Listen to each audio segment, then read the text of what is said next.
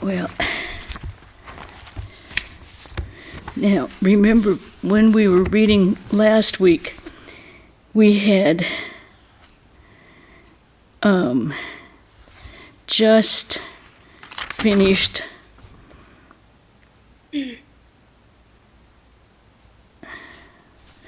a memorial service for a young boy that Swami Akhandananda knew.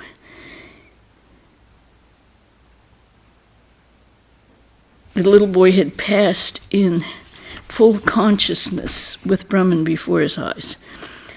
And now we're visiting health resorts.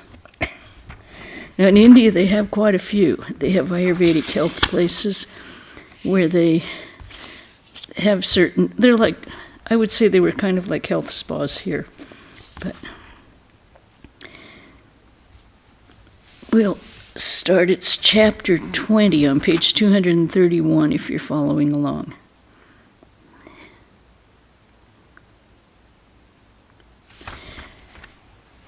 For 2 or 3 years, Swami Akhandananda had wanted a good oil painting of Sri Ramakrishna. The first artist who was engaged for this project died soon after he had begun the work. Finally, an artist from Burhanpur, Brajan Paul, was requested to finish the painting, but he excused himself with the plea that it was beyond his ability. The Swami was pleased with such modesty, and in an eminent artist. Brajan, he said, just pray to him and hold your brush. I assure you the master will appear before you. He also gave him a hint. Mind you, the master's complexion was like pure gold. Brajan Babu took the command as a blessing and then gladly accepted the assignment. Before touching his brush to the canvas, he prayed, Lord, I have really no worth in me. If only through your grace you appear before me, then it will be possible to paint you. In this spirit of resignation, we could call this a spirit of surrender, he began to paint the master's picture. When it was completed, Swami Akhandananda was pleased and remarked, Brajan has drawn it very well. The complexion looks exactly as it was. The eyes also indicate a state of samadhi. Now, I know all of you are familiar with Swami Tadatmananda's paintings, either online or in person if you're in Southern California, but you can see them online. Well, the one we have here in the temple that you see before these readings is a big painting of Sri Ramakrishna that he did. He had a reputation in India. He was an American Swami in Trabuco who had the ability to catch the inner spirit of all of the paintings that he did. Meanwhile, the flower and vegetable gardens and the orchard had become well established at the ashram. However, as the Swami's health was still far from satisfactory, he had to return to Calcutta to stay at Balaram Babu's house. Swami Sardananda made all the arrangements for his treatment, and Bipin Babu, a relative of Swami Premananda, again became his physician. He was an old man and looked upon Swami Akhandananda as his younger brother, but he found the Swami's childlike habits and indifference to health difficult to cope with. He told Swami Sardananda, it is very hard. It's a very hard thing to take up Gangadhar's treatment. The next day at 8 a.m., on the ground floor of Balaram Babu's residence, a loud and rather high-pitched voice was heard calling, Sri, Sri, 108 Pravrajaka, Swami Akhandananda, Ji, head of the Sargachi ashram, Dandi Thakur, his servant Sarat Maharaj, is here praying for an audience. This was repeated thrice, followed by a roar of laughter from the residents of the house, who hurried to greet Sharat Maharaj, Swami Sardananda. The ailing Swami Akhandananda also left his room.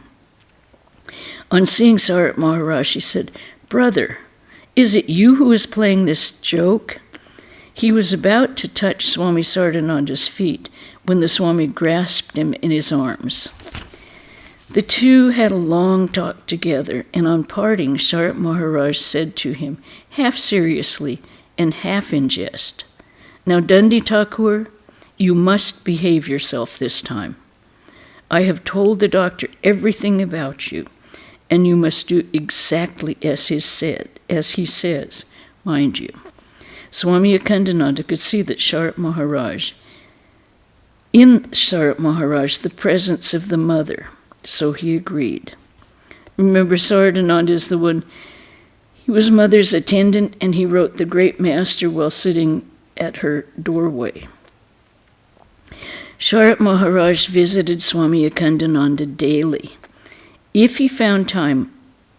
Otherwise, he sent someone to inquire about his health.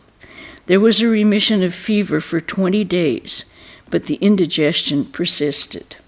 The doctor prescribed plain vegetable soup for his diet exclusively.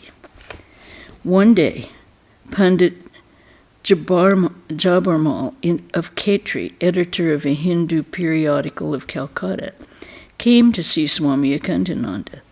The Pandit had written a biography of the Maharaj of Khetri and requested the Swami to write a preface for the book. The Swami at once agreed, as he had known the Maharaj, who was a disciple of Swami Vivekananda. He at once wrote the preface in Hindi, and the Pandit was very much pleased with it. The book was published under the title Khetri Naresh or Vivekananda. It says, does your book say our or A-U-R? My book says A-U-R, which I think is a typo. Swami Akhandananda was always ready to talk about Swamiji. Students of the various schools and colleges often came to the house of Balaram Babu to visit him and hear his inspiring talks on Swamiji. He would impress upon them that educated young men would be the carriers of Swamiji's ideas. Thus, 2.5 months passed. Swami Akhandananda was now better, but his digestion was still weak, as he was not particular about following the diet prescribed by the doctor. The attendant could do no more, and reported his helplessness to Sarat Maharaj, who said, "My boy, I myself cannot take care of him. You are doing it on my behalf. I want a capable man, as it is difficult to serve a childlike saint. If there are any shortcomings, I am responsible. Only try to bring Gangadhar round for my sake." Encouraged by these words, the attendant applied himself with still greater care to the Swami's service. Due to his weakness, the Swami would often fall asleep in the daytime, causing him to remain awake at night. To keep him awake during the midday, the attendant would engage him in various games. Thus, he could have sound sleep at night. When the Swami felt that he was not recovering quickly enough, he would grow impatient and begin to talk, or begin to sulk. On the other hand, if someone told him that he was improving, he would feel happy and say, "Yes, I am certainly feeling a bit better." After 3 months of treatment, the physician suggested a change of climate. Swami Sardananda decided on the town of Madhupur, a place noted for its bracing air. On an auspicious day in April, Swami Akhandananda left Balaram Babu's house with 2 attendants and made the trip to Madhupur. There he took regular walks in the morning and evening. In the healthy climate and with careful medical attention, his health began to improve. After a few days, he and his attendants moved to Set Villa, a beautiful house in the open countryside, a little away from the town. One day he went from there by carriage to a Kali temple, where he sat before the mother and prayed like a young boy. On other days he would go to a spring not far away, and walking about, converse with the local cultivators, listening to their joys and sorrows. In turn, these simple country folk enjoyed his company and conversation. As the Swami's health improved, he used to sing devotional songs. His favorite song was Ekarupa Arupa Nama Varana Atita Agami Kalahina, a hymn to the formless Brahman, composed by Swami Vivekananda. One day, Swami Akhandananda and his attendants went to Deogar. They visited the Boidranath Mandir Shiva temple and also went to the newly opened Ramakrishna Mission Vidyapith, which was then in a rented house. He spoke to the sannyasin and brahmacharan teachers on modern teaching methods and visited the new plot of land donated for the Vidyapith by Kumar Arun Chandra Sinha. Swami Akhandananda had written to the Kumar about the land a few days previously, as he was also a patron of the Sargachi ashram. Back to Madhupur at Arun Babu's invitation, Swami Akhandananda left for his home at Harrington Street in Calcutta by the middle of July. There he stayed for a few days.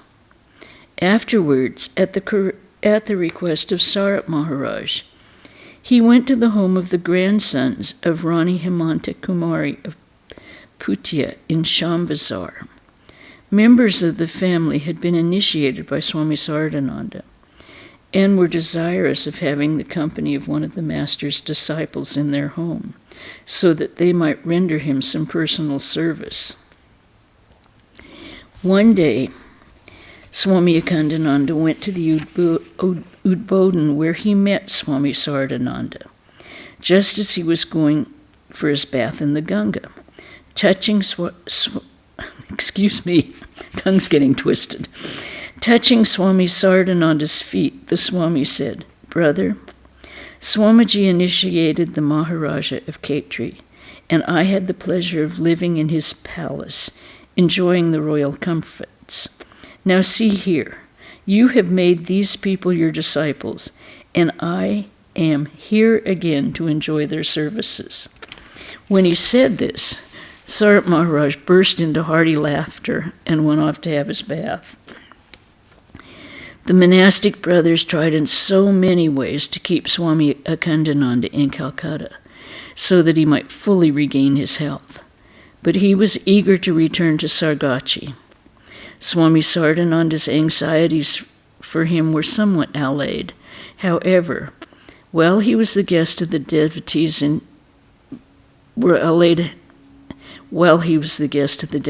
Shambazar, the second daughter-in-law of the family gives the following account of the Swami's visit. "We had misgivings when we heard that he was coming to stay with us, but when he came to live amongst us, our misgivings were soon set to rest. At first, we used to cook for him, but when we began to look upon him as one of the family, it was the cook who prepared the dishes. We were always conscious how befittingly his name, Annadananda, suited him. Loving like a mother, ruling like a father, instructing like a guru, and like a friend giving us advice. He was everything to us. If I was late for my breakfast, he would ask why I looked so pale. So observant he was. It is only from a mother that such love could be expected. So many things would he tell us of Sri Ramakrishna. As an ideal for the householder to follow, he would place before us the life of the Holy Mother. The way of life at that time in our family was somewhat different. Everything seemed to be so full of joy. As to how to rear our children, he would tell us the story of Madalasa. He would say that when putting a child to sleep, one should recite in its ears Shudoshi, Budoshi, Niranjoshi, Samsara Maya, Parivarchitosi. Thou art pure, wise, spotless, untouched by the delusions of the world. As he listened to this, the child would wonder what it meant. Its meaning would dawn upon him later. Stories from the Ramayana and Mahabharata should also be told. Even in the nursing of the child, he gave us practical lessons. While Swami Akhandananda was staying with the devotees, Swami Shuddhananda visited him regularly for some days. The first Bengali edition of the life of Swami Vivekananda was almost exhausted. And before bringing out the second edition, Swami Shuddhananda wished to review some portions of the book with Swami Akhandananda. I think when they said it was almost exhausted, they meant it was almost finished. But in October, a few days before the Durga Puja, Swami Akhandananda left for Varanasi with the two grandsons of the family to stay with their families at the Putiya house near Durga Kunda. Not many days had passed when Sachin Babu's baby became ill and hopes of recovery were almost given up. The mother was shedding tears, and Swami Akhandananda was much distressed.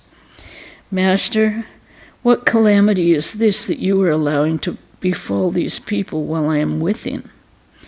Thus he prayed to the Master the whole night, promising to make a special offering to Lord Hari, Vishnu. At dawn, he reassured the mother, saying, "Don't worry, mother, the child will get well." That very day, there were signs of recovery, and the crisis passed. On the Vijoya day, he went with the other grandson, Nikhil, to see the immersion of the images in the Ganga and to visit the temples of Vishwanath and Annapurna. After bowing before the deities, he remained sitting in the Vishwanath temple until 11 p.m. The priests did not disturb him. Then he sang the following song: "Sometimes you are the Purusha, and sometimes the Prakriti." The stillness of the temple resounded with his song. The gravity of his mood did not leave him even when he returned to the Putiya house. Vishwanath is the main temple of Varanasi to Shiva. And I think many of you have seen pictures of it. Well, at Durga Kunda, he often went to the Advaita ashram and the Seva ashram. He was present when Swami Atmananda, Shukul Maharaj, cast off his mortal body. On the day of the funeral feast, he had the famous sweetmeat Ragavasai brought from Putiya, and he fed the sadhus sumptuously. I don't think I'm familiar with that one, but I'm sure it's very sweet and made with milk. Of Swami. Was it just here? I can't remember. Ragavasai. You know what's happening is I'm getting them, but they're going into junk. But I've been checking my junk all day, so... Okay. Sunanda, you're not muted. Yeah. Yeah.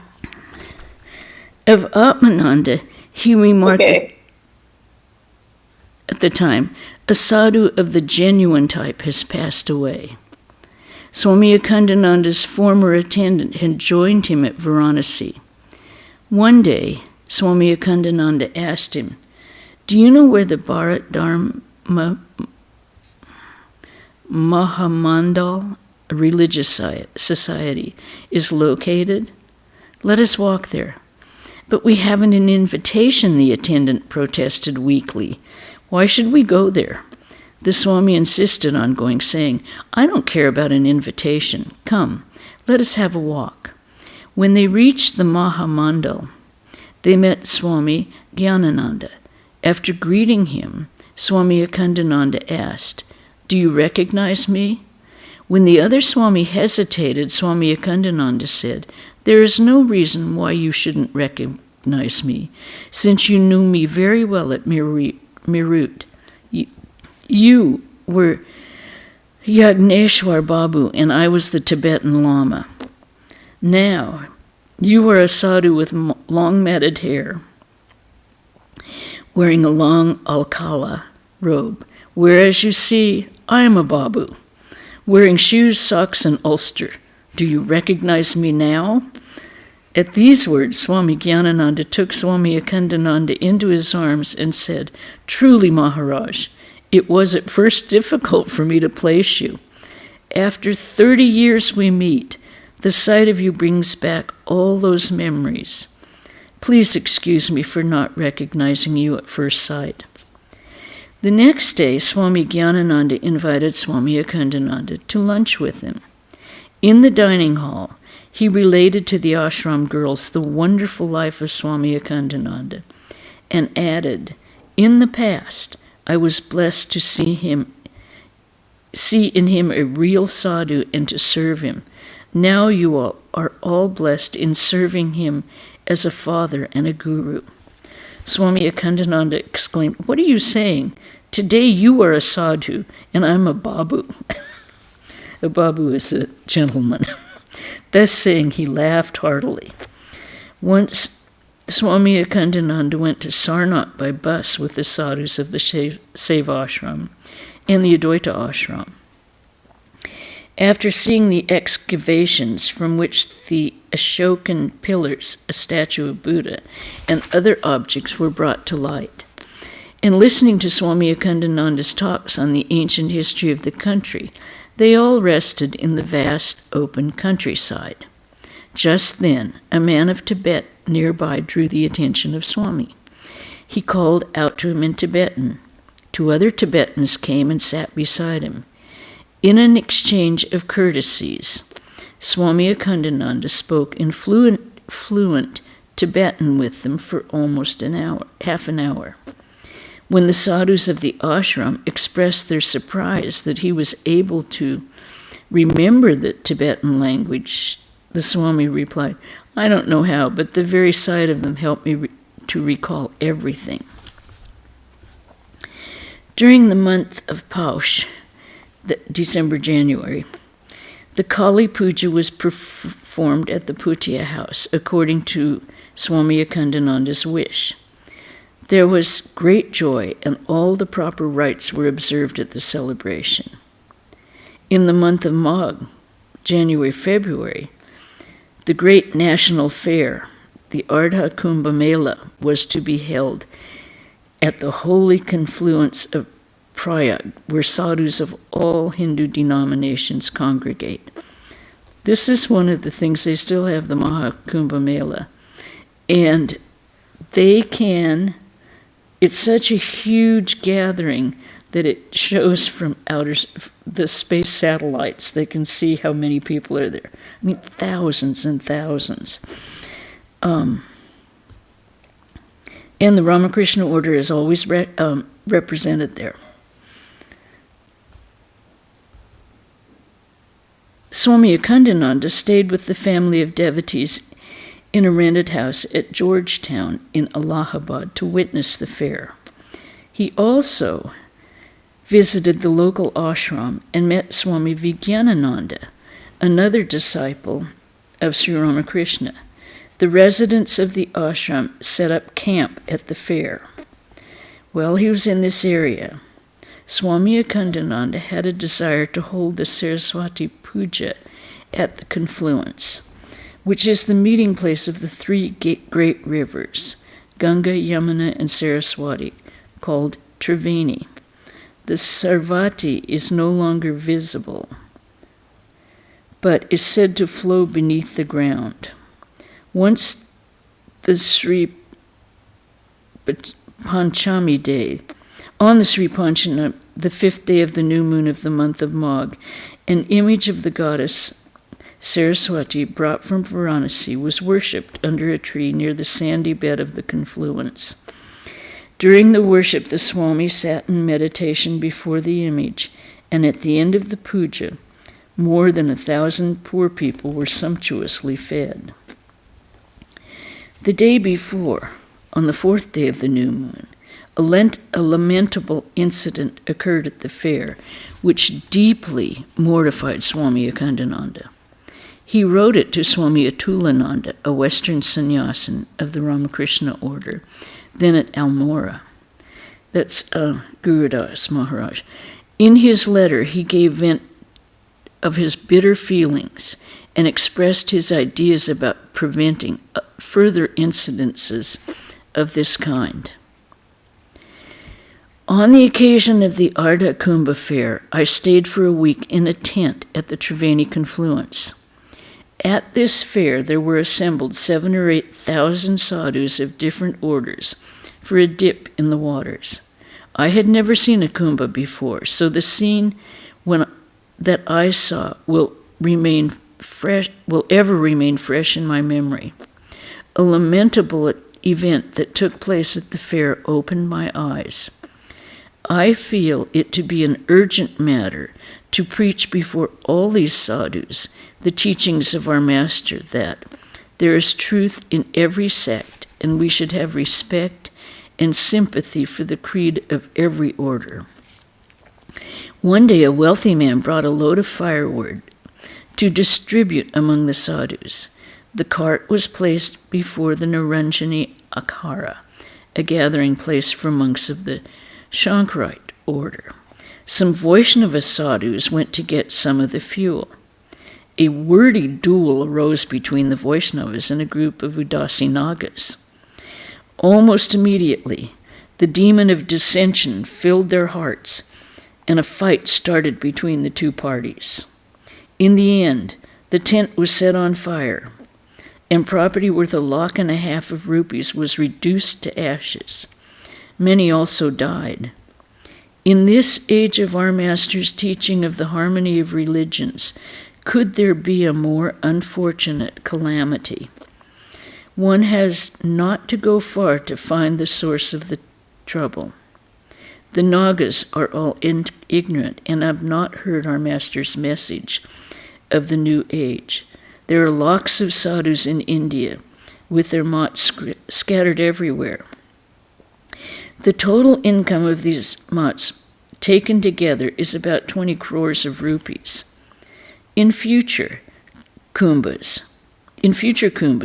let the heads of all these mats meet together and let them be influenced in such a way that they may utilize the wealth entrusted to them for the good of the country. Every mat should train a limited number of Nagas according to the tenets of its order. But along with this, there must be added the training to honor all other creeds. These very Nagas then will come forward to serve the country in its distress.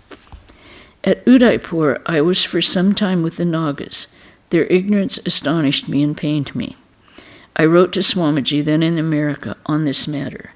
He encouraged me to spread education among the Nagas and others. In some future kumbha, we must unfurl the banner of our Master. There should be a big Sevashram, nursing home, and a dispensary at the center of our own Akhara gathering place. There should be a lofty platform on which will be placed a large portrait of Sri Ramakrishna, tastefully decorated. And along with it, there should be pictures of Gauranga, Shankaracharya, Ramanujacharya, Madhvacharya, Nimbarka, Nanak, Dadu, Buddha, Christ, and others. Every day there should be puja and arati. The banner should be an emblem signifying the unity of all sects and churches. Sadhus would be invited to Varanasi at certain times. Service would be rendered to them with due humility and kindness. If I live to see it fulfilled, I will with my own hand wash the feet of the rudest Naga. And I think we'll stop there for today. We have a couple of announcements as Sunday is Easter Sunday. Instead of Swami Sarvadevananda's Gita class on Saturday, we'll probably have our usual reading of the Gospel. And Swami Sarvadevananda is not going to be able to come to Santa Barbara until Sunday morning itself. So all appointments with him are canceled for this month. Easter Sunday morning, we'll have worship in the temple at 6:30 a.m. At 11, Swami Sarvadevananda will give the spiritual talk, Transformation and Liberation. There will be, weather permitting, an Easter egg hunt. But if it's pouring rain, I doubt if we'll be able to do it. We'll see. We encourage everyone to come, please. I'm sorry?